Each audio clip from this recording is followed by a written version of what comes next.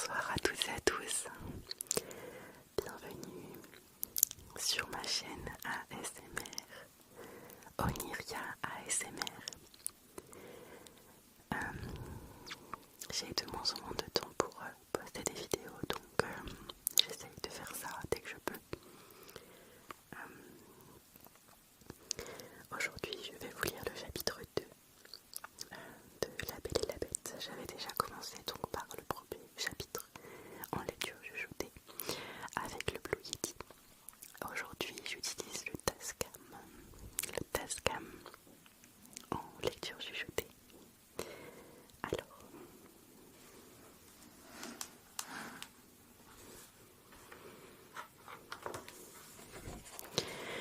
le premier chapitre était donc le chapitre La malédiction. Et nous allons sur le deuxième chapitre qui s'appelle Belle.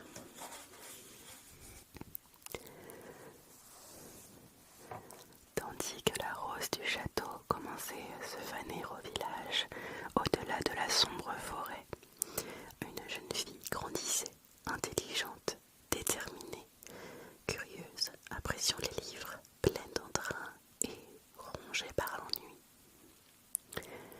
La plupart de ses voisins trouvaient que Belle était une personne un peu étrange, qui ne s'intégrait pas vraiment dans le village. Ils ne la comprenaient pas.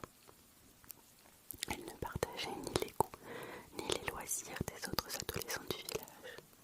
Elle préférait la solitude, la compagnie de son père, un inventeur excentrique, ou du bibliothécaire, un vieil homme encore plus étrange, aux jeux, intrigues et chamailleries qui amusaient les autres jeunes gens. Il faut dire que les villageois ne comprenaient pas non plus le père de la jeune demoiselle, un étranger arrivé au village des années plus tôt, avec une fillette et une charrette remplie de livres, d'outils, de rouages et d'objets étranges.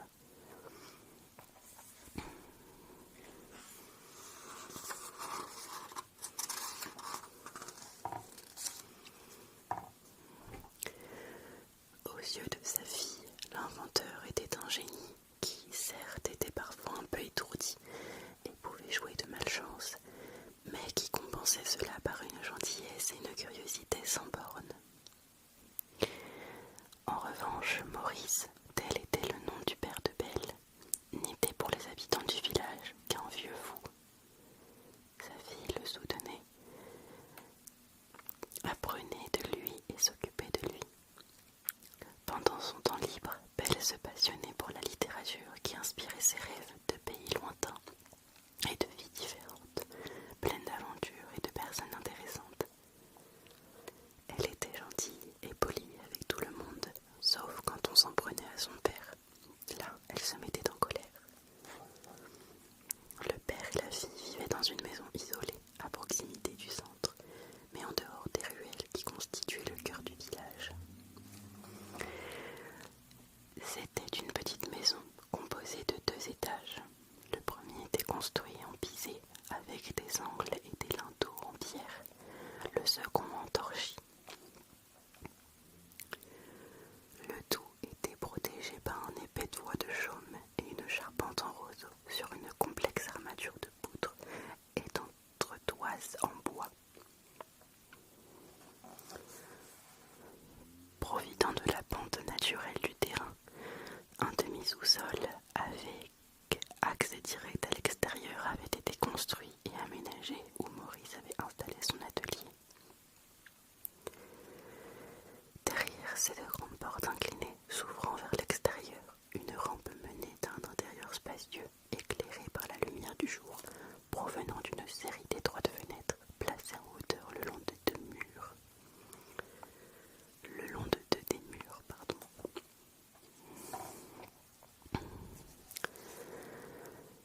Sur le côté de l'une des portes de l'atelier, à quelques mètres, se trouvait un escalier en pierre menant à la porte principale de l'habitation. De l'autre côté étaient situées les écuries, le poulailler et d'autres dépendances.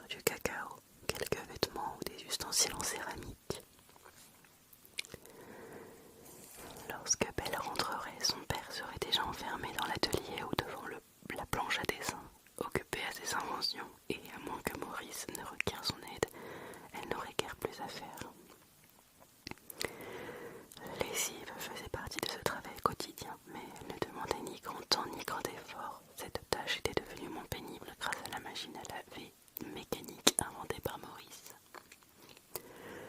Belle se chargeait de coudre et de repriser leurs habits, ainsi que les étoffes nécessaires pour la maison, pour les animaux et même pour les inventions de son père. Toutefois, elle ne consacrait pas non plus beaucoup de temps à cette besogne. Elle veillait à coudre parfaitement avec des points simples et solides pour ne pas à recommencer au bout de quelques semaines. Belle apprenait de son père tout ce qu'il était en mesure de lui enseigner et lisait les quelques livres qu'ils avaient apportés de leur ancienne maison en ville. Ils en avaient beaucoup plus là-bas, mais Maurice, après la mort de sa femme, ne voulait pas rester dans cette maison, ni dans cette ville, ni avec la plupart des objets et des biens qu'ils avaient partagés, qu'il avait partagés avec l'amour de sa vie. Il lui rappelait trop la mère de Belle et il ne le supportait pas. Avec sa fille, il n'avait donc pris que le strict nécessaire. Le reste avait été vendu ou donné et ils étaient partis. Et c'est ainsi que père et fille se retrouvèrent dans ce village, où Belle passa de l'enfance à l'adolescence sans autre chagrin que ceux qu'ils avaient ramenés de la ville, ignorant les ragots, tandis que Maurice poursuivait ses créations qu'il présentait chaque année à la foire des inventions et qui lui donnait de quoi vivre simplement. Cependant, le temps s'écoulait. Belle grandissait et Maurice se rendait compte qu'il ne pourrait plus lui enseigner grand-chose, que le village devenait trop petit pour elle, qu'elle commençait à s'ennuyer, car déjà les horizons à découvrir, les connaissances à acquérir, les rêves à réaliser, les projets à entreprendre venaient à manquer. Il va falloir songer à partir d'ici. Maurice réfléchissait dans la solitude de son atelier en caressant d'un doigt le médaillon en argent d'Espagne qu'il portait au cou. Ce médaillon contenait le bien le plus précieux de Maurice. Un superbe portrait miniature de sa femme, Gabrielle, arborant un sourire radieux. Elle le lui avait offert peu avant sa mort, alors que la seule chose qui calmait encore un peu sa douleur était le laudanum. Je connais pas ce mot. Gabrielle avait secrètement passé commande à un jeune peintre talentueux, ami et admirateur du couple, en lui demandant de bien vouloir lui remettre son portrait très rapidement, car les médecins l'avaient déjà prévenu que la maladie progressait très vite et qu'il ne lui restait que peu de temps. Tout s'était déroulé comme prévu et elle avait pu remettre à Maurice le bijou avec son portrait à l'intérieur. Mon amour, lui avait-elle déclaré en plaçant le médaillon dans les mains de son mari qui pleurait. Ne sois pas triste, car je serai toujours avec toi dans ce bijou. Ce souvenir émut Maurice, comme toujours. Quelques instants plus tard, il essuya ses larmes et tenta de retrouver le fil de sa réflexion. À quoi pensais-je, se dit-il. Ah oui, l'avenir de Belle. Elle devra aller en ville pour étudier. Mais seule. Non, non, ce n'est pas possible. Nous partirons ensemble. Enfin, si elle le souhaite, bien sûr, décida-t-il. Puis il ajouta plein d'espoir. Nous verrons si un fabricant s'intéresse à ma nouvelle invention à la foire de cette année. Si j'arrive à la faire fonctionner correctement, et si j'en obtiens assez pour nous installer dans une belle maison avec un bon atelier près des lycées, des librairies de l'université avec sa grande bibliothèque. Pendant que Maurice raisonnait ainsi, Belle arrivait au village, qui s'était déjà réveillé. Et voilà, songea-t-elle, encore une journée qui sera comme celle d'hier, sans rien de nouveau à raconter. Tout le monde se lève tôt et fait les mêmes choses. Celui qui est le plus matinal, c'est bien sûr le boulanger. Regardez, il est déjà là. Bonjour, Belle, le salua la boulanger, en époussetant ses vêtements pour se débarrasser de la farine. Bonjour, monsieur, répondit-elle poliment. Je voudrais 2 baguettes, s'il vous plaît. Voilà, jeune fille, dit le boulanger en lui tendant le pain. Belle paya, salua d'un signe de tête et poursuivit son chemin en pensant à sa liste. Le pain, c'est fait. Maintenant, le sel et le sucre. Et puis, ajouta-t-elle en souriant, la bibliothèque. Avant d'arriver à l'épicerie, elle avait déjà croisé 3 paysans, 2 artisans, l'aubergiste, le propriétaire du magasin de vêtements, les 3 jeunes filles un peu sottes qui allaient chercher de l'eau à la fontaine tous les jours à la même heure, un muletier avec ses mules, aucun nouveau visage. Bonjour, monsieur le transporteur, commença Belle en s'adressant au muletier. Vous savez porter des nouvelles de la ville ou de plus loin? Bonjour Belle, répondit-il. Non, je ne prendrai la route avec ces mules qu'au beau jour, lorsque les chemins seront moins beaux. Pour le reste, tu sais que les nouvelles, quand elles arrivent, sont souvent mauvaises, alors il vaut mieux qu'elles n'arrivent pas. Eh bien, déplora Belle dépitée et pas du tout du même avis que le muletier. Néanmoins, son visage reprit tout de suite de son éclat, et elle poursuivit. Il faudra donc attendre pour la livraison de nouveaux livres. C'est vrai, mais il ne faut pas non plus perdre son temps avec ça, le consola le bonhomme à sa manière. Les livres sont mauvais aussi, presque pires que les nouvelles, parce qu'ils vous remplissent la tête de choses qui n'existent pas ou qui ne devraient pas exister. Elle était encore moins d'accord avec cette idée, mais ne répliqua pas. Pourquoi se donner la peine d'argumenter alors que presque tout le monde dans le bourg partageait cette opinion? Elle se contenta donc de remercier le muletier et poursuivit son chemin. Au magasin où elle rencontra d'autres villageois, elle acheta du sel, du sucre et un peu de morue salée. Où vas-tu, Belle? Chez ton père? Demanda la commerçante lui remettant ses achats. Non, non, dit la jeune fille, je passe d'abord à la bibliothèque. La bibliothèque, l'interrogea la femme.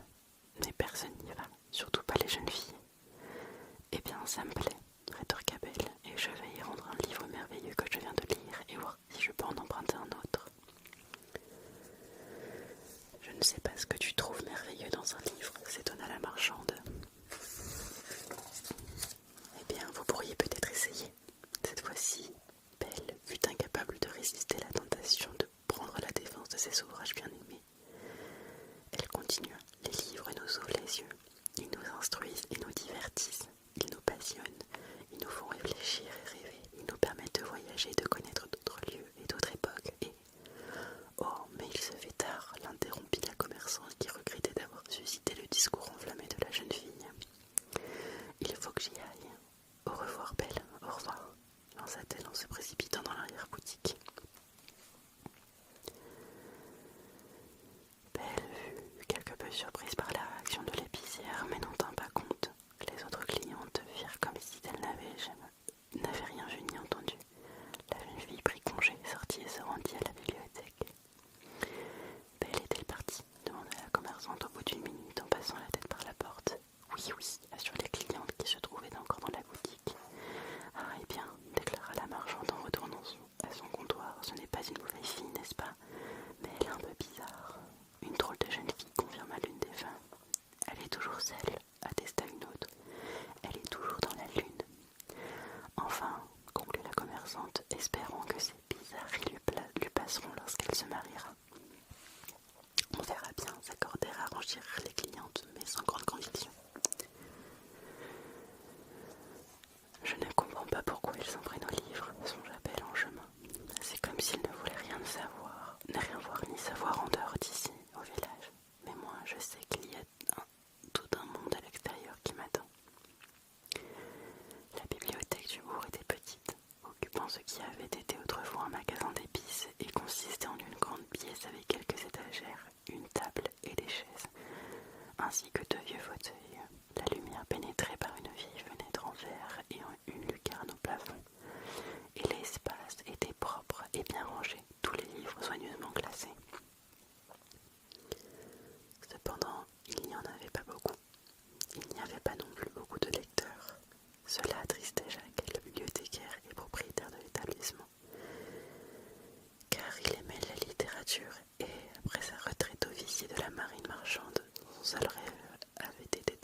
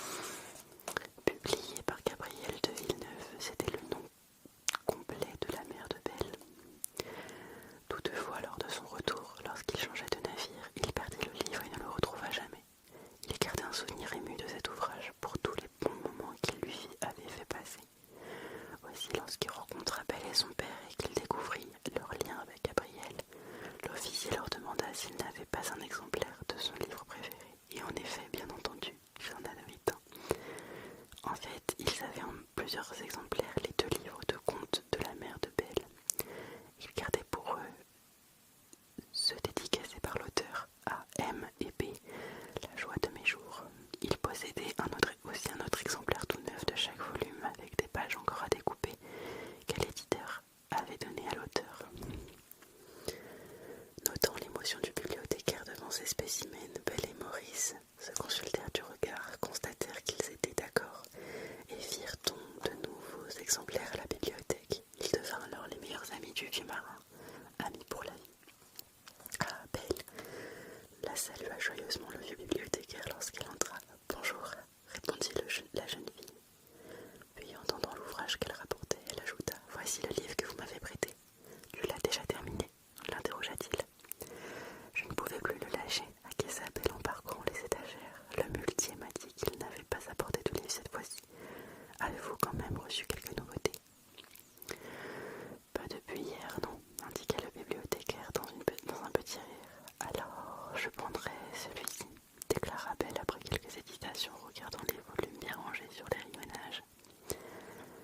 Elle avait choisi un ouvrage plutôt usé et à la couverture abîmée. Celui-ci, je crois me souvenir que tu l'as déjà lu plus d'une fois, n'est-ce pas?